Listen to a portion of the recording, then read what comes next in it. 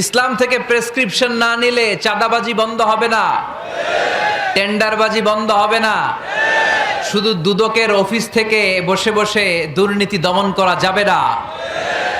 এজন্য ইসলাম থেকে প্রেসক্রিপশন নিতে হবে। আল্লাহ তাআলা বললেন, আলাম নাশরাহ লাকা সাদরাক, নবী হে, ইসলামের জন্য আপনার হৃদয়টাকে কি আমি খুলে দেইনি? সত্য কি আপনার সামনে আমি তুলে ধরিনি? আপনাকে আমি আলাম নাজআলকা আহলাল হিম্মা, আপনার কি হিম্মতওয়ালা আমি বানাইনি?